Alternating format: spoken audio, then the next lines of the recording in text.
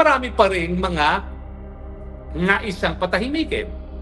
Nung gusto nilang diinan si Pulong Duterte, ang tinawag nila si Jose Cabral na nag-certify. Merong ang 52 billion ang Pulong Duterte.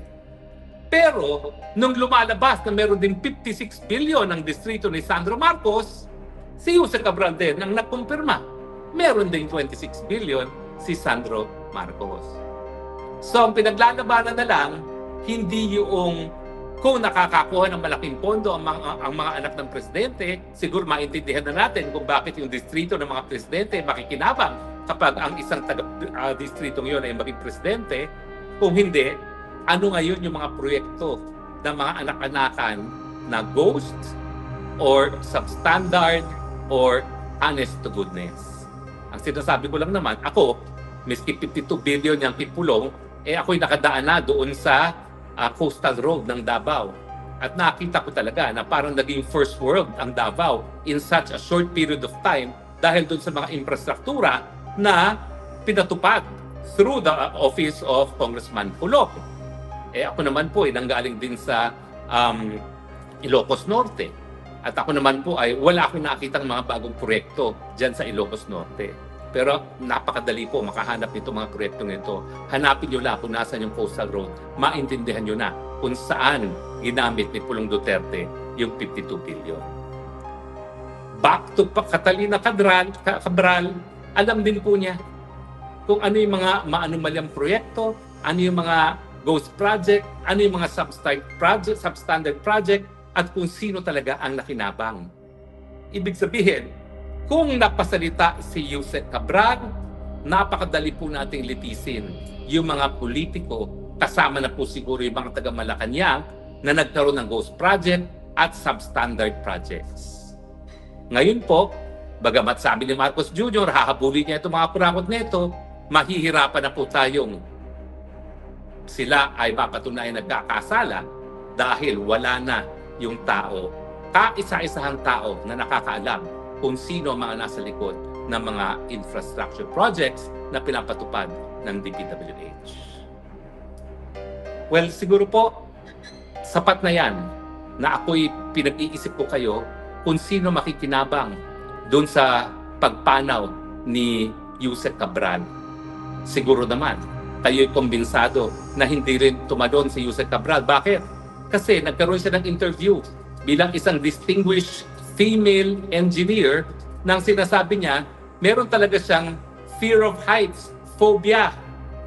Ang tao ba na merong fear of heights ay talagang sisinghot ng malinis na hangin ng tabing bangil?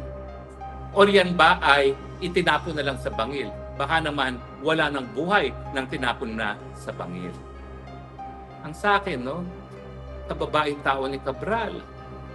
Balidosa pa nga, ibig sabihin, hindi naman niyang karatista. Hindi naman niyang gaya ni Sara Duterte na talagang mambubugbog. Nakikita mo, balidosang balidosa, babaeng babae, mahinihin. Bakit ganun pa ang ginawang katapusan sa buhay ni Jose Cabral? Ganong tahimik naman yung tao.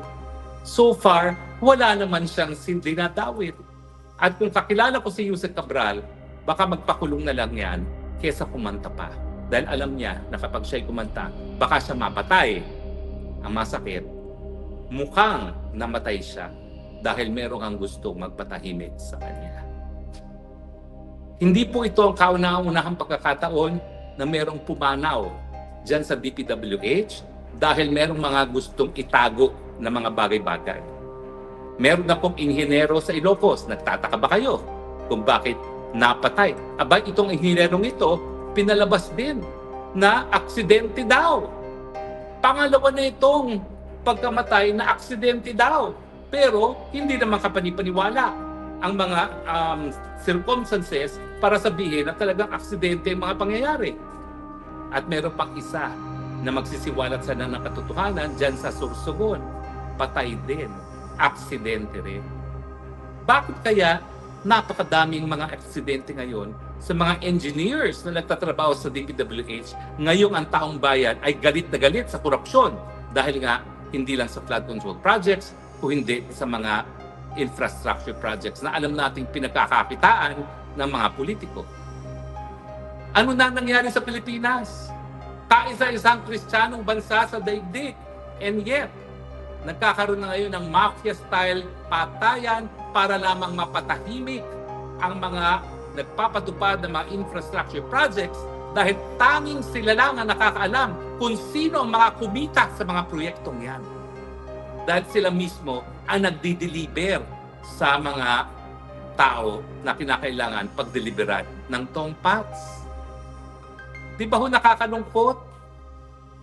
Mafia-style killings ngayon sa Pilipinas sa panahon na sumisigaw para sa katarungan ang taong bayan.